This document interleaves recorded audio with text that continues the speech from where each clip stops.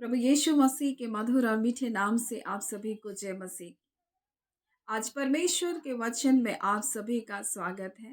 परमेश्वर पिता आज अपने वचनों के द्वारा आप सभी को बहुत आयत से आशीष को दे।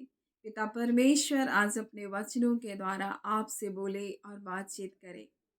आज हम परमेश्वर के वचन से जिस बात को सीखेंगे वो है भटकाव। मेरे प्रियो, आज इस संसार में बहुत सारे लोग जो परमेश्वर ने उसके लिए योजना बनाई है, जिस उद्देश्य के लिए परमेश्वर ने उनको बनाया है, जिस उद्देश्य के लिए परमेश्वर ने उनको बुलाया है, उस उद्देश्य से वो भटक गए हैं।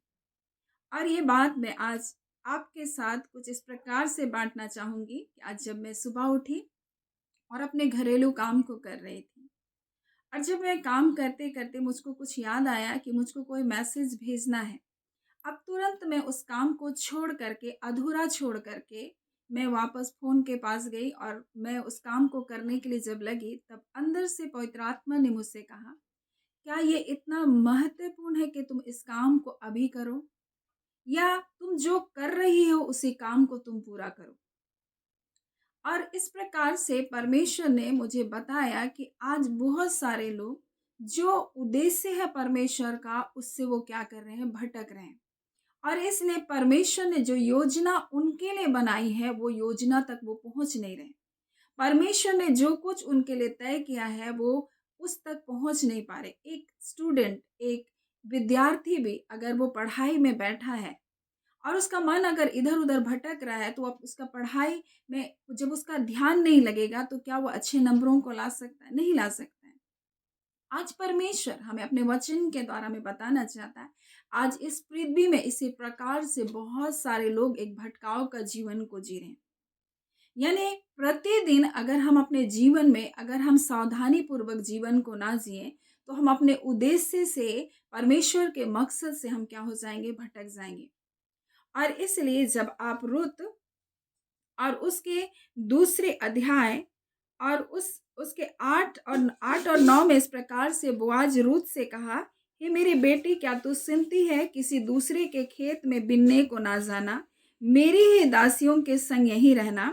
जिस खेत में लौती है उसी में तेरा ध्यान बंधा रहे।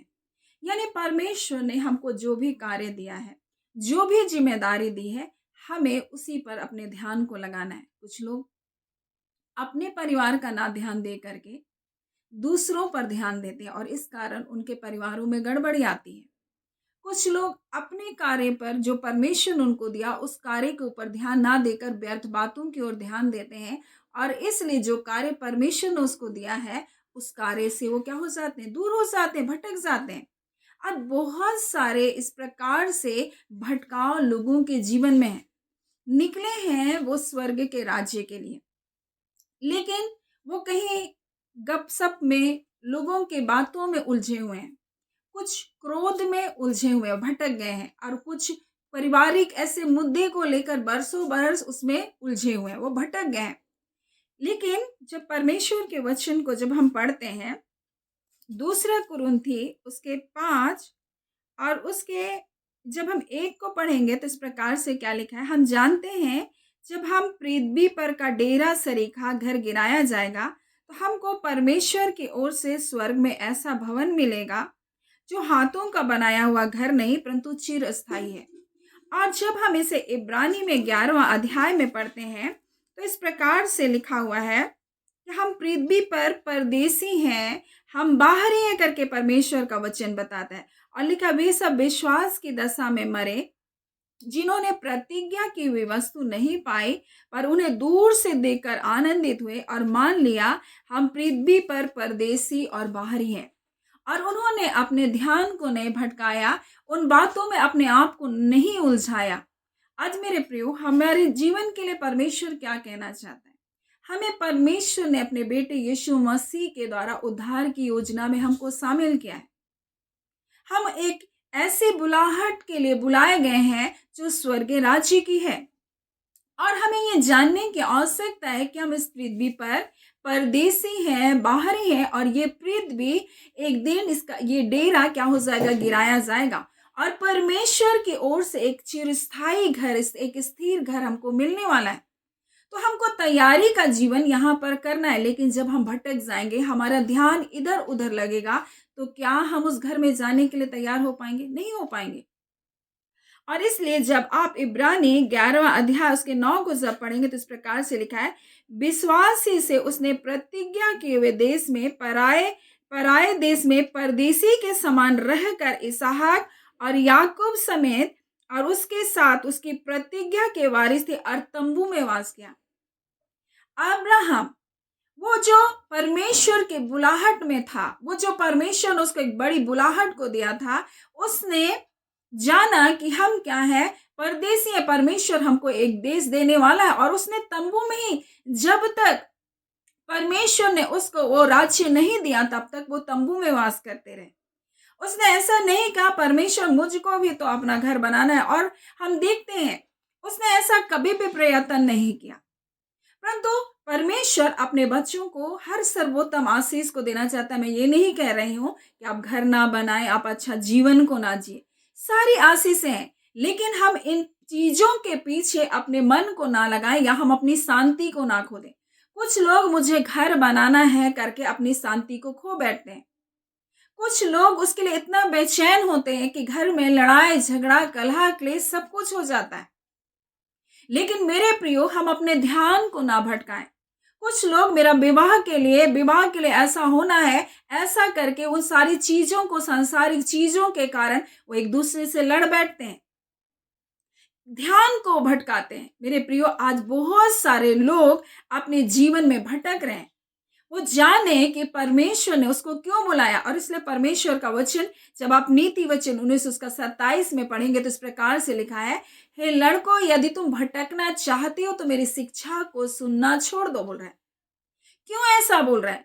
क्योंकि बहुत सारे लोग परमेश्वर के वचन को सुन रहे हैं, लेकिन फिर भी संसार की चीजों के कारण, जो उनको नहीं प्राप्त हो रहा, उसके कारण परिवारों में लड़ाई झगड़ा कलह क्लेश कर रहे हैं, और सब कुछ अपनी मर्जी के अनुसार, अपने समय के अनुसार वो चाहते हैं।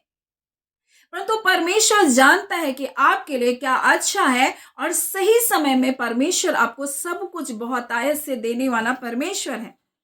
लेकिन उसके लिए लोग अपने जीवन को भटका दे रहे हैं, वो व्यर्थ बातों में भटका रहे। जो समय में जो काम करना वो काम करना है। अगर परमेश्वर ने आपको परिवार की जिम्मेदारी दी है तो उस कार्य को करते जाएं।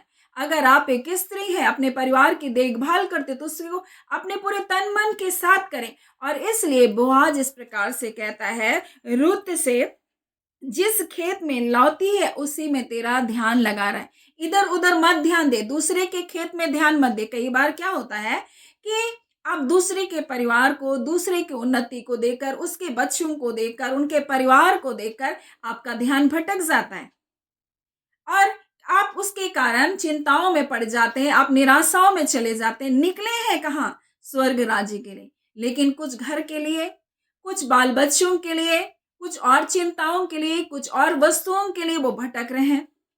मेरे प्रियो, लेकिन यहाँ पर रुत क्या करती है, इस प्रकार से लिखा है, वहां पर वो लिखा है, और रुत जौ और गेहूं दोनों की कटनी के अंत तक बिनने के लिए बोआज के दासियों के साथ लगी रही और अपनी सास के यहाँ रहती थी। वो दो कटनी के समय तक वो बनी रहे उस खेत में, जब तक कटनी पूरा नहीं हुआ, स्थिर बनी रहे, उस खेत से इधर उधर नहीं गई। और तब एक समय आया जो सिर्फ सिला बिनती थी, उस खेत की मालकिन बन गई। आज बहुत सारे लोग भटकने के कारण जो आशीष परमेश्वर ने उनके लिए रखी है, उन आशीषों को प्राप्त नहीं कर पा रहे। और ये सिर्फ पाप और बुराई के बारे में नहीं है कि आपके बारे में परमेश्वर कह रहा है कि तुम पाप कर रहे हो, तुम भटक गए हो। नहीं, परमेश्वर हमें बताना चाहता है कि हमारा मन, हमारा ध्यान क्या परमेश्वर की ओर लगा है, या फिर हम व्यर्थ बातों की ओर हमारा मन भटक रहा है। कई बार हम परमेश्वर की इच्छा से परे अपनी इच्छा में हम क्या करते हैं, भटकते रहते हैं।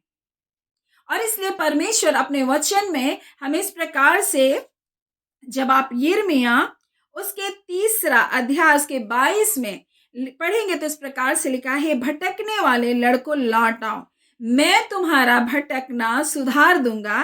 देख, हम तेरे पास आए हैं क्योंकि तू ही हमारा परमेश्वर यहोवा। यानी अगर आपको सुधार चाहिए तो आपको परमेश्वर के पास आना होगा। कई बार हम छोटी छोटी बातों में भटक जाते हैं। हमारा ध्यान इधर उधर बढ़ जाता है, हमारा मन इधर उधर बढ़ जाता है, बहुत सारी चीजों में हमारा मन भटक जाता है। बहुत बार ये पापपूर्ण नहीं है, लेकिन फिर भी वो भटकाव धीरे धीरे धीरे धीरे हमको परमेश्वर की उपस्थिति से दूर ले जाती है। और इसलिए जब आप इब्रानियों में पढ़ते तो इस प्रकार से लिखा है, 11 उसका 13 को सब पढ़ेंगे।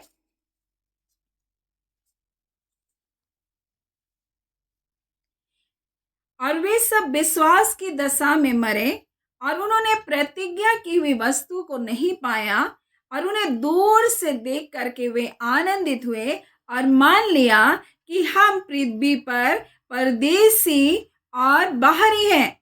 और जो ऐसी बातें कहते हुए प्रकट करते हैं कि स्वदेश की खोज में, और हम सब एक स्वदेश की खोज में, हम पृथ्वी पर परदेसी और बाहरी हैं, इसलिए इतना अन्यथा बोझ लेने की जरूरत नहीं।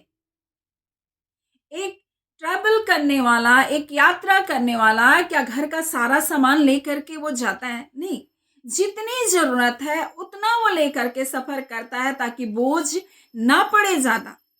मेरे प्रियो, हम पृथ्वी पर परदेसी और बाहरी हैं और हमारा एक स्वदेश है और हम उस यात्रा में के लिए निकले हैं मेरे प्रियो। इसलिए अन्यथा बोझ ना ले लें। मुझको ये भी करना है, मुझको वो भी करना है, मुझे ये भी प्राप्त करना है, मुझे ये भी प्राप्त करना है। अपना ध्यान को ना भटकने दें। अगर आप अपना ध्यान ना भटकाएं मेरे प्रियो, तो आप वो रिजल्ट को देखेंगे जो परमेश्वर आपको देना चाहता है। आप उन बातों को अपने जीवन में पाएंगे जो परमेश्वर ने आपके लिए तैयार करके रखी है। मेरे प्रिय, ध्यान भटकाने के लिए शत्रु कई चीजों को इस्तेमाल करता है, कई बातों को इस्तेमाल करता है, ताकि परमेश्वर ने जो योजना हमारे लिए बनाई है हम उन योजना से क्या हो जाए, दूर हो जाए। या जो चीज हमको जल्दी मिलना है उससे हमको और दूर वो लेकर जाता है भटकाने के द्वारा।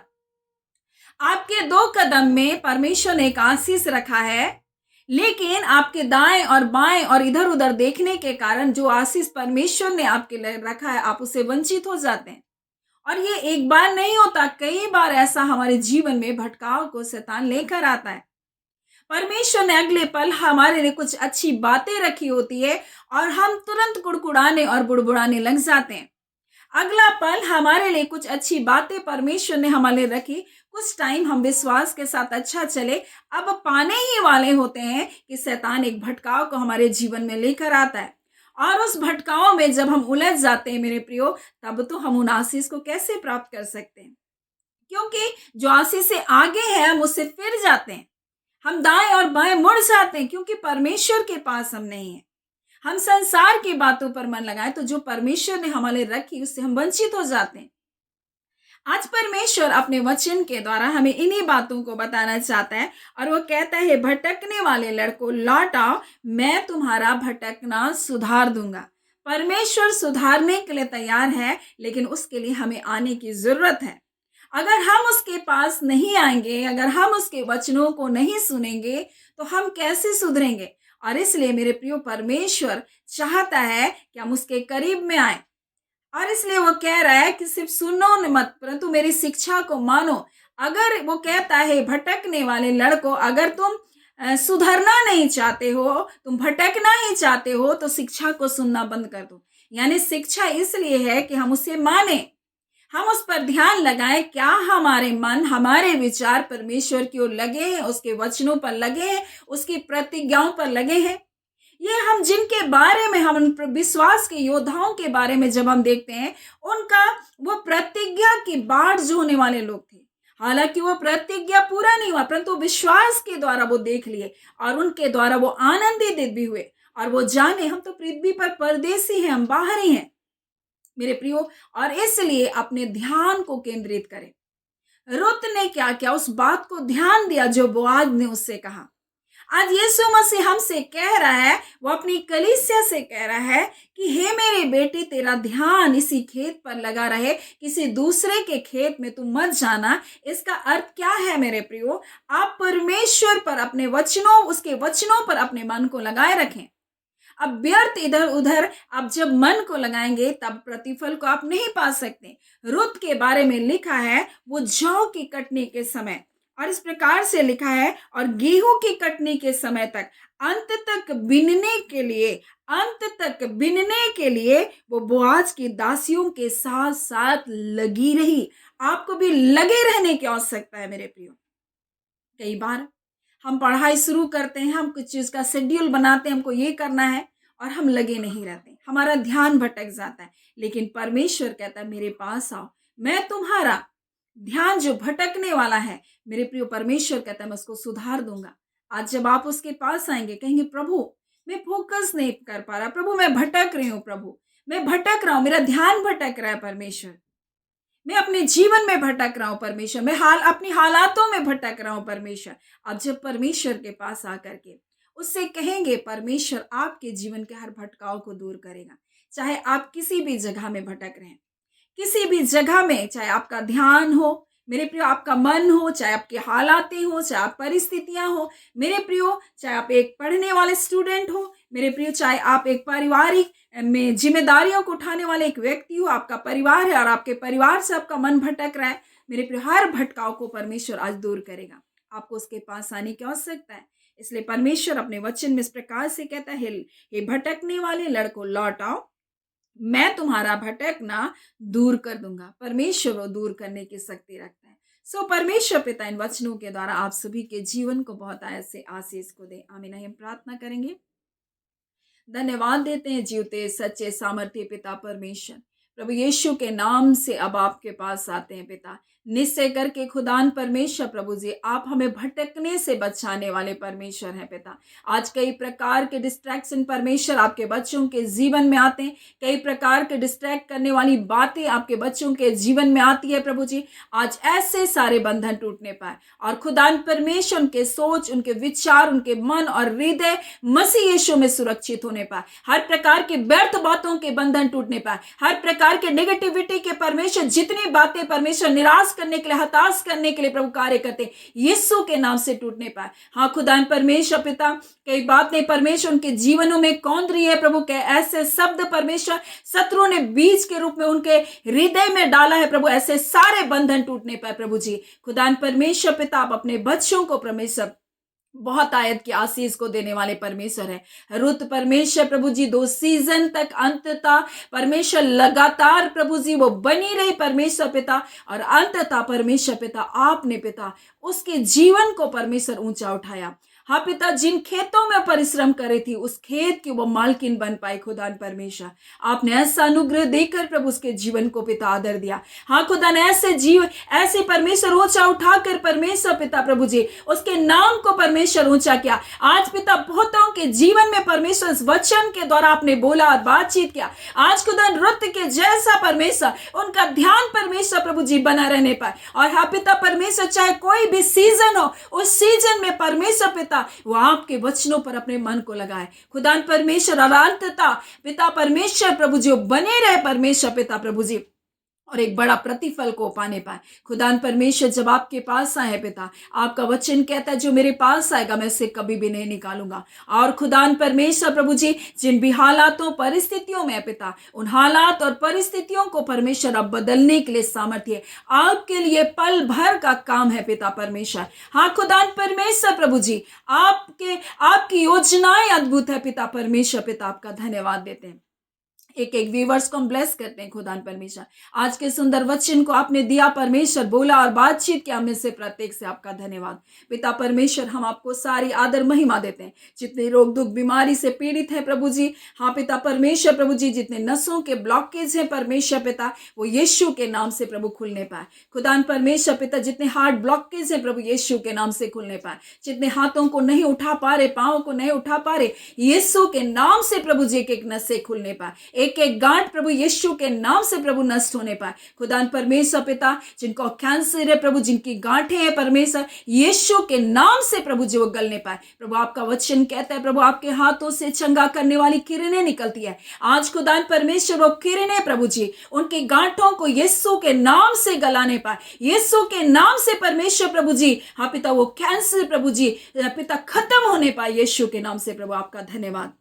खुदावन परमेश्वर, हम प्रार्थना करते जितने सूखे अंग हैं पिता, यीशु के नाम से उन सूखे अंगों में जाने आने पाए। हाँ खुदान परमेश्वर, सिर से लेकर पैर की नख तक जितनी बीमारियां हैं प्रभु, यीशु के नाम से जाती रहे। धन्यवाद पिता, आपने प्रार्थना सुना, आपने जय छुटकारा दे दिया पिता, आपका धन्यवाद पिता। आप अपने वचन को परमेश्वर पिता अपने बड़े नाम से भी अधिक महत्व दिए प्रभु, और आप कहते प्रभु, मैं तुम्हारा चंगा करने वाला परमेश्वर हूँ। प्रभु आप चंगा करने वाले परमेश्वर, आप छुटकारा को देने वाले परमेश्वर। और जितने भी परमेश्वर नाना प्रकार के व्यसन है पिता, यीशु के नाम से सारे व्यसन के बंधन टूटने पाए। धन्यवाद पिता, अपने प्रार्थना सुना प्रभु जी। जितने बिजनेस के लिए प्रार्थना कर रहे हैं प्रभु, हम उनके लिए प्रार्थना करते हैं, उनके बिजनेस में आशीष आने पाए, ग्रोथ आने पाए। रिबांदा खाला रिखंदुरिया बा शिखा दुरिया वो शिखीरियस्तोनबा, जितनों के काम रुके हैं परमेश्वर पिता, यीशु के नाम से वो काम खुलने जा रहे प्रभु, आपका धन्यवाद पिता। खुदावन परमेश्वर, बिजनेस बढ़ रहा है प्रभु जी, आप अपने लोगों के बिजनेस को बढ़ा रहे परमेश्वर पिता, आपका धन्यवाद देते परमेश्वर के कार्य में बरकतें आ रही है प्रभु जी, आपका धन्यवाद। निश्चय परमेश्वर अपने आशीष को अपने लोगों को दिया है। प्रार्थना हम यीशु के नाम से मांगते हैं, दया सुने अनुग्रह से ग्रहण कर लीजिएगा। आमीन। परमेश्वर पिता आप सभी को बहुत ऐसे आशीष को दे। आमीन।